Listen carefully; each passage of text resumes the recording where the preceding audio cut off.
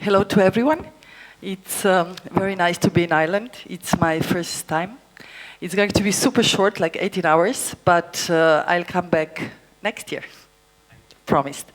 So before I go into my story, just a quick presentation. Normally, nobody knows where Slovenia is and how it looks like. It's a kind of a chicken in the Central Europe.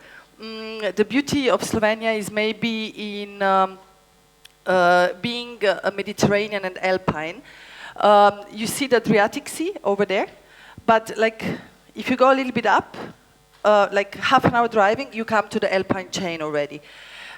The size of Slovenia, which is so important for our food culture, is extremely small. You can drive from north to south in 2 hours and from west to east to the extreme point in 2.5 hours.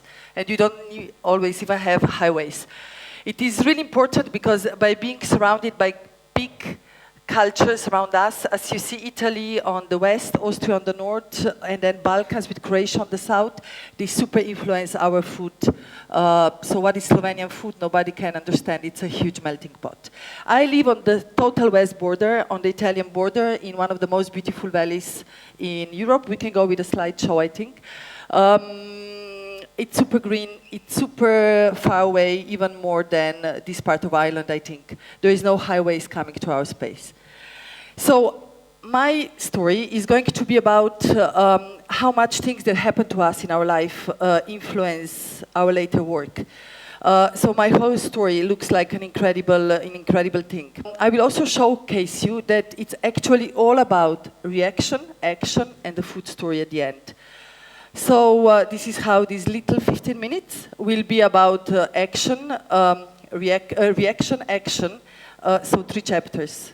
And then at the end, the food story, which is a total confusion. So chapter 1, reaction. I was born in a very ambitious family. My father is a doctor, my mother a journalist. As a very ambitious family, they had a dream that their children become something. Slovenia doesn't have really a lot of knowledge about the kitchen, no tradition in cooking. So becoming a chef is not really something that could be a dream of ambitious parents. So I was a skier, and that makes a big sense because it helped later on a lot in my story. It gave me a lot of discipline.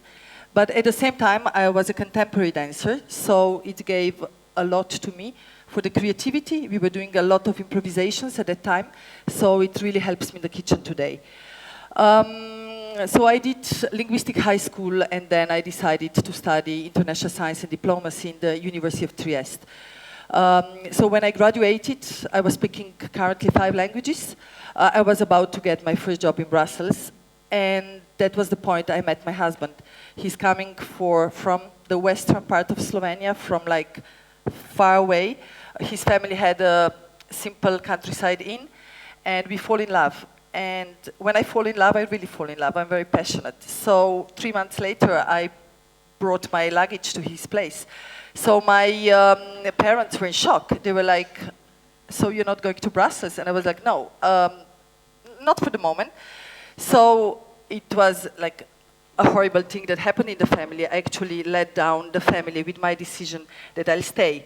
But then my mother one day said, are you going to cook? And I was like, no, are you not? I don't know how to cook. And so they just couldn't see my future anymore. And which was done 2 years later when my father-in-law, who was running the restaurant before, decided to retire. And, decided to retire, and he left the restaurant to my husband. And my husband actually was totally in the wine business, so we needed someone to take over the kitchen. And you know, imagine I was a diplomat. I never did kitchen schools or gastronomic schools. I never staged. And I said, okay, no problem. I'll take over the restaurant, the kitchen. So I like opened the door, closed the door. I said, what did you do? I was like, well, you know, improvisation, remember? I can do it. So here is where action starts. We are on a total far west of Slovenia. There is no highways coming. So this is how suppliers weren't coming also. And also, when I started cooking, I was pregnant with my first child, and 16 months after the birth of the first one, the second one was born. So I was really a super busy mom. with 2 children literally sleeping in the kitchen, and with everything to be learned, starting from the beginning, doing bread, doing pasta, how do you do sauces, what is a cut of the meat, how do you clean the fish. And, but the biggest problem was the supply. We had no one coming to the restaurant. Like, I called, can I have a lamb? And they were like, yes, sure, you can have it by the bus if you want. So this is where the important part of the story of Hisha Franco starts, and it's actually all about it. We are just its ambassadors. We started searching around us. I couldn't travel through the restaurant anymore. I was pregnant or having a baby and working so much. So I started searching in myself, trying to understand what I want to tell to people through my food, and especially trying to search for producers who are around us. Slovenia is traditionally a land of farmers, a land of gardens, a land of foragers. We are poor land, so people always needed to use the nature around them. They, like supermarkets, where I live, there's still no supermarket, there's just a farmer's market. So this is how we started. I was talking a lot to local people. I was talking to my husband's parents who were running the restaurant before. So calling a farmer who had a lamb up in Drežnica, and he had 3 lambs. And he said, like, but I have no papers. I said, don't worry, just bring it down. So this is how, in 14 years, we build up a chain of producers, which goes from up high mountains, where the village of Drežnica, let's say, organized themselves into a communal butchery, because we need their rabbits, we need their lambs, we need their goat kits, to the mountains of around Tolmin, which have still alive meadows, where the shepherds are bringing us cheeses, butter, cottage cheese. Then we found out in tradition the long-forgotten fermented cottage cheese. My husband found an older lady, she's maybe 90 years old, and he said, you're still doing that. I remember it from my childhood, bring it in. This year, she's bringing us 200 kilos of it. So, but this is not all. I think we have, in this moment, around 100 people working for us and around us. We went down to the sea. So when we started making my book project last year, we actually understood that we went fishing in Istria, and I was always strict in taking the fish from the Northern Adriatic. And we went fishing in the month of August with them, and we put down 1 kilometer and 200 meters of nets. And the morning later, we took the net out, and there were 3 fish inside, like 3 miserable fish. So I was like, where's the fish? And he was like, well, you know, it's August. I mean, fish is down and it's gone because we emptied the sea. And I was like, so where is all my fish coming from? I mean, I have 1/3 of the menu based on fish, since all our mountains, I didn't tell you that, overlook the sea. So the combination of the sea and the land for us is crucial. So I started checking my chain. I understood it's totally wrong. So from now on, we are taking only the fish that comes from the lagoon that we can really see on a clear day from our mountain. You step on 1,000 meters and you see down the lagoon, and practically you can count the boat sometimes. Imagine the combination, which brings into a fusion, confusion of the land and the sea.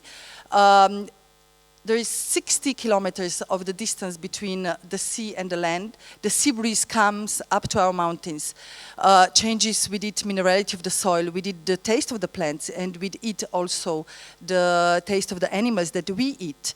So the products we use are totally unique.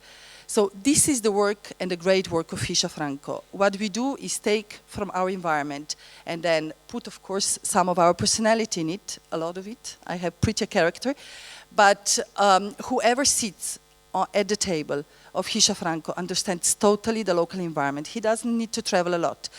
We gave to the countryside the names. We gave the faces. We have the producers. We have the names of the cows sometimes. Everything is counted. So total traceability and total sustainability. So understanding traditions nowadays is something that young chefs sometimes just forget. But you know, I think you can be a great chef and you can help your community starting from traditions and then building on that. The impact of Hisha Franco on our valley in this moment is big. So it's economical. We have, if you remember, around 100 people working for us, foraging for us. Someone brings just chanterelle, and the other one just knows exactly where the black trumpets are growing. But they know it, and they're local, so it has a flavor. It's economical aspect because we are helping people growing things, collecting things, not forgetting traditions, and they get some money for it. So they will continue doing it. On the other side, it's a win-win situation. We have the greatest possible product. It can't be better. It never traveled. It's a total kilometer zero. And also, we are proud of that product. We can speak in its name because we know the source. So, but there is also a social aspect. If you come, and I hope you come one day to the Socha Valley, you will totally understand how far away from everything we are. There is no cities. There is no industry. So no perspective for young people. So the social impact of Hisha Franco in this moment is a vision for young people. They can remain in the valley and they can actually work, and they can have a motivation to keep on working on traditions. Remember, maintaining traditions, not forgetting them, is a crucial thing. And so here is the third chapter, and this is the food story or the result, as I say. So I think Hisha Franco is one of the few restaurants on the world that never planned the success. We didn't. So when we started working, we needed to fill up the restaurant. We needed clients. When my parents-in-law left us the restaurant, we needed a huge investment to restore this huge house, which is 1,200 square meters. It's from 18th century, so, and it's a cultural heritage, so it's a lot of work, a lot of money. We never had partners, never had investors. We did everything by believing. It was all step by step. Going to the bank, convince them our story is good. What do we have to show? We have nothing. We have this old house. But since the success wasn't planned, we never actually did a structure for a successful restaurant. So today, Hisha Franco is having 2 months of 1 to 2 months of the waiting list for the table, but we still do our reservation system personally. We employ even more people without going into a classical booking system, like computer knows it all, and we try to talk to every single client, trying to maintain this countryside feeling of, we care for you, we are countryside place, it's relaxed, we will care for you. There is no table today, we'll search for you the table in 3 months' time, reorganize your trip. So, but we are dealing with huge troubles. It's really a lot of work to remain down to earth, humble, and like we are 37 people working in this moment, and we've been 12 working 3 years ago. So imagine the difference. There is also a story about me. I never had a dream to become a chef. As a child, I didn't really have dreams. You know, in ambitious families, you don't have them. So when I started cooking, also, sometimes there was a confusion in my head. Who am I? What am I? Am I a diplomat? Am I cooking? Am I a chef? So even today, when I have to fill up like visa applications, I'm like, there's still some confusion. I'm still not totally aware of what is happening. And this is a good thing, because a doubt is the engine of progress. Until we are doubting, we are going to grow. And this is like the biggest message we can give to the community of young, or maybe not so young chefs. And there is also a role of a mother. I'm a very dedicated mother. I have 2 now teenage children who grew up in the kitchen, in the restaurant. And sometimes this huge, immense sense of guilt of not being enough with them. But then when I'm enough with them, I'm not enough with my kitchen stuff. So you understand the confusion? It's a total confusion. Enjoy. It's 0-0.